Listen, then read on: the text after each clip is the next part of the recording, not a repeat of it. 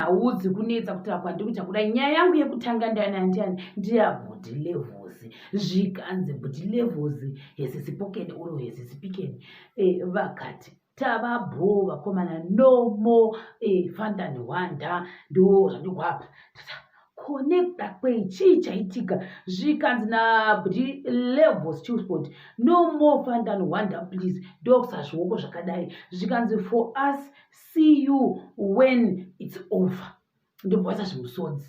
Saka ndo statement iroro ndokubva taenda kupeji kwavo tikati ko zvamboita sei iko kupeji kwavo ivo bhudifandani ava. Zvikanzi ma1 ndobva ungosa full stop.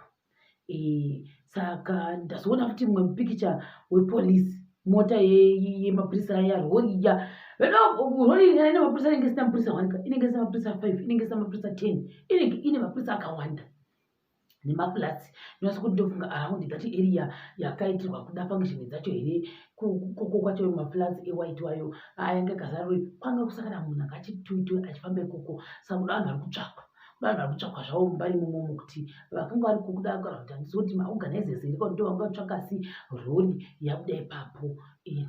Asi vanhu verori ava ndo vazondotora jefandani vakaenda nayo koko zvikanzi kwete nhasi kuda ndo pavazonge vanzi vava maoko emapurisa. How he ended up maoko emapurisa I'm not so sure right now. Kuti nditi ndo vakaenda kunozviita hand over here kana kuti submito iyoyo kana kuti kwete. Asi zvinoitika mani zvokuti vanhu vanga vowanza vakati dijefandani vakazomubakwa vapi pakupeji bridgebota kudoko vazodzoserwa ikoko. Vamwe vakati akuda vanga vanyara nekufamba nekudi nekumanya vakachirega ndese ndidzokere nditozvisubmita vamwe avo. Asi for the meantime chandabata ndechekuti hanzi vava mumaoko emapurisa nemumwe munhu wataurwa uku. Asi munhu uyu izita rake ndatanga kuona muzuva ranhasi. Zvikanzi nevamwe levels appeals for prayers ndochi ndo zvanyokwapa nevamwe. Zvikanzi update izvi ndazvozvaona kwabhodipiloti makuru update mbare gig DJ Fandani plus Dama looked up held at Matapi police station #eground ndo kwandaona izvi zvokunzi Dama. Ndikati who is this Dama? I don't know. Is he a musician? Is he a producer? What does Dama do? What exactly is he into? Andakaza mzivi ndamuona paposta pangetoshat. Saka nebibi wana ndachivunza wangasamzivi Dama. Ndatobvunza marere kuno kuti imi munonzi Dama munomuzero wakaimba song yekuti kudii. Ndambofunga kuti asi wakaenda kundoperforma chii chakaitika nemunhu wacho unonzi Dama. DJ Fandani ndiwaziva asi Dama ndatanga kumuona nhasi only 30 minutes ago. Tokati saka kuyu Dama wakazobakwa nemhosva yei futi ndiye wakanga wakavandisa Jefandani here chii chikaitika. Zvikanangwe ma1 pakadai all that hyping team havabatike zvekuidero macomments angachiderwo nevanhu. Zvikanzi said reality the whole gig was unreasonably of the organizers. Honestly, I have no sympathy for those guys putting a lot of people at risk of spreading COVID. Zimbabweans, we need to be vigilant as COVID is real. I think blood and fellow countrymen, let's advocate for responsible behavior amongst our community. COVID is real. Let's spread positive news and let's educate the ignorant and arrogant, not to put others at risk so our communities may do better. Imagine ikatanga mbali what will happen to good work naibidwe vamwe Dama alidoke vachiri naye indikati tamu wacho waita sei ndo vamwe vachidero ava. Zvikanzi as for me ndinoblema vanhu vacho vakavasiya vachidero.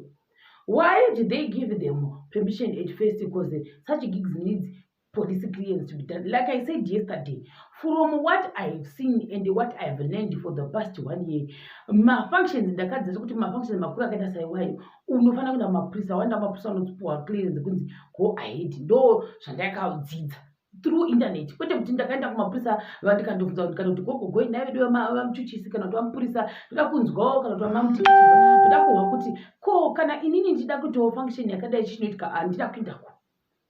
ndakazviona paindaneti kana choti tapuwa clearance kudaiwo taenda kupolisi ndo pandakatodzidza kuti saka kana anoita magigi mafunctions kana kuti marari haungovirikwanikana wangomuka kutoti ndakutopinda mutiti ndakutoenda kunoholda hostage yangu yeuyu inonziwo magatherings avo aya haaitwi like that. Unofana kuwana tsamba yemapurisa kunzi aiwa tikuziva kuti pakati panenge pane mutambo wakadai ndo panga pane nyaya futi ipapapa ndosaka ndaiva confused as well. Zvikanzi taura hako dhama munhu wemunzvimbo iyi for the past day mamanje zvazvitogwa nevanhu kuzo ananhu alima ndatotaka kukawadzika ndombi yani yemunhu wacho unonzi dhama I didn't know. Zvikanzi uya inani starter munhu uri powerful hatiziviwo nekuda kwei. Zvikanzi ndiri kupisa kunge shopu yadhama tovanhu une shopu zvakare saka kuda une mapopular shops mumbai imomo zvakare. Zvikanzi too powerful for who? This case haisiri pambari police station chete. Wakaona here rengi yemunhu akataura zvokuti Fandani ari pawanted.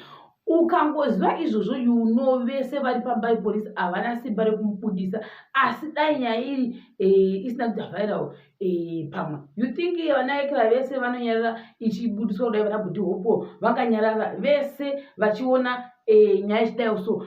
Ndakambozvitaura kazuro kuti zvikwanipwanhema mukaona tsamba yabva kuna mukuru uya Samanyisi yakanyorwa kunzi komishina vaya Bhuti Mukoma Nyati mbaza kuti uri kumbatsvakwa ende havadi tsamba yemunhu uya haingobudi kungohwa kuti zita rawo rabuda kudai inoziva kuti nyaya yacho inofunga inenge ine munhu pasi but ndasinangoziva kuti nditi deputy yacho ni ideputy inozopinza mamasta anatodiscovera kuti anzi vari powerful. I didn't know. Uona manje saka vakaipindira iwo komishina yacho nevanyati vakati aiwazve pasi ndofunga meikamba kudai what happened I don't know. Zvikanzi just wait and see muchaona zvenyu vamwe vavo vanomuziva ina hanimuzivi ndo vanga vachasva kumacomments. Zvikanzi the 27-year-old Dhama and the 30-year-old Fandani will be out in a few minutes. Dhama wacho mutori mwana mudoko zvokutodero ti uri kunzi uri powerful. I didn't know mutori mudoko kwandiri Dhama wacho zvakaoma.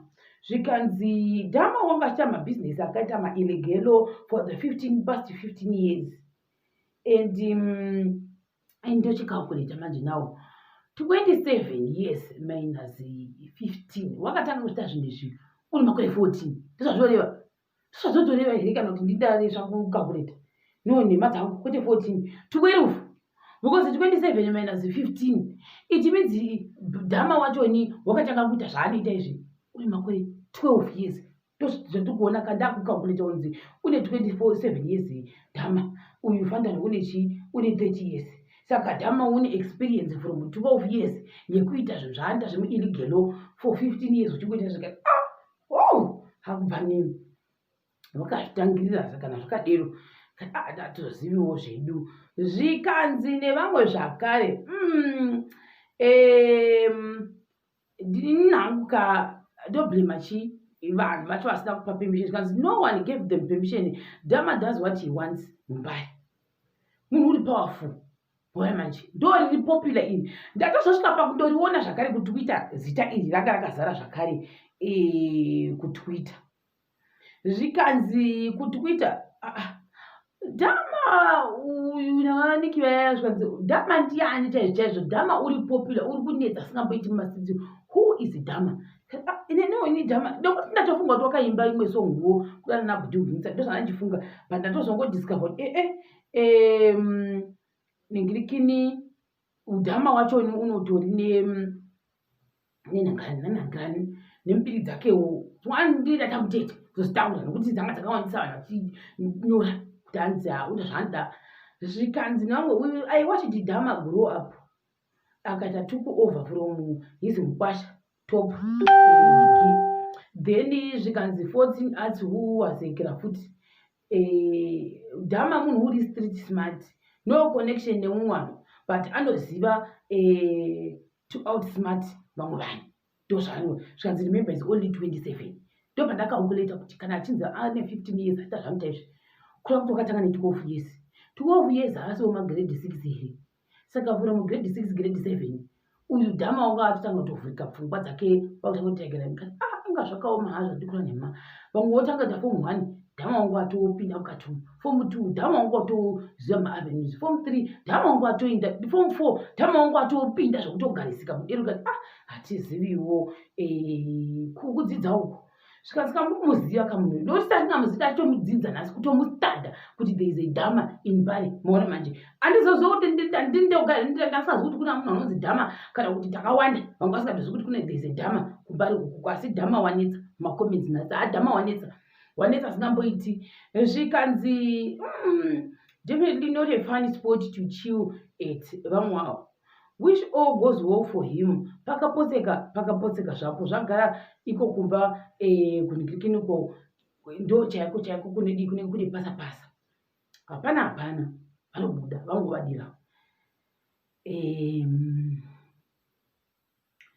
zvikanzi nevamwe but munogona kufunga rasta aibiga munhu apa papari kuta kasinityo shopu yadhama ndo yangadi yaiva nefunction vamwe vadiro kasaka panoda kunhu kanosinicha saka munhu kanosinicha yakuda ndakataura kuti shopu yadhama ndo inichi yakaitirwa function vamwe hatisi zvikanzi nevamwe wa confused vamwe vakati vamwe vana mhosva vamwe vakati kudii ndakati hazvina kushata uku kudzidza uku ndokubva ndaenda kumacomments kuona kuti ko chii chawakaita kuti kutwitter kunetse futi kudai kuri kunetsa zvakare nadhama iyeye nekuti havaniki vati ndivaniki mangwana havanowanza kuposta zvavo divi rematongerwo enyika asi apa vazonyadzonyora kuti this dhama anetsa on my threads who is he ndobva panyatsa kunyorwa apa nemumwe uyu akati vanoita zvemadhiringing nezvinhu zvinodhaka concert yakaitwa pashopu pake inonzi timati those floods go asi vanhazi kuti uyu manje zvokuti gore avari kutengesa zvakati ndo chairo here kana kuti anga risiriro zvikanzi vanoita vaiita mafree concert kuitira kuti zvavo zvavanotengesa zvitengwe iyi regai ndi allegation nekuti hatina kuzviona ndo zvaichiitika panguva iyoyo saka regai tigumira kuti it's an alleged statement raiswa nemufanzi uyu zvikanzi who is a dhama this name keeps popping on my thread zvakare vanyora ruviri kuratidza kuti vashungurudzika vakanetsekana asi vanhu ndo zvavanyora vakataura kuti ndo zvaari munhu unoita zvinodhaka hazvina kushata zvikanzi well now the streets are full of chatter alleging that someone there is in the pockets of criminal syndicates may probably be baseless but doesn't make it easy to defend. Tatiziwo dhama wanetsa nhasi mumastreets dhama wavhingidza vanhu saka tizokuti nyaya yacho ichaperera kupi vangosonga kufunga kuti what happened naichili sport vamwe vakati fanda newanda ikanzi community service ndo yaichomubatsira vamwe avo zvikanzi fanda newanda iwe onai manje yakudzokerai vamwe vakati tazwa kuti wabatirwa kubedbit ndo yanapotaura iyeye hanzi itarasika I think it means Vandani wasungwa zvikanzi but anga achizowanda kusvika rimwe manje vamwe wavo saka kaningoti gumira ipapapa zvakawanda zvataurika pamusoro zvapo pevanhu vavo vekuekera kuti tasingazviziviwo asi nyaya chatisi kuti ichapera sei but levels wakumbira kati nomo Vandani wanda kuda vanzi ndaunoudza vanhu kuintaneti kuti kwete ngavasaramba vachikopika kuti ndaunodai hatisi kuti chichikuitika kuno kuti we are not there asi ndo zvanyorwa nalevels tichakubata zvakare patikamisho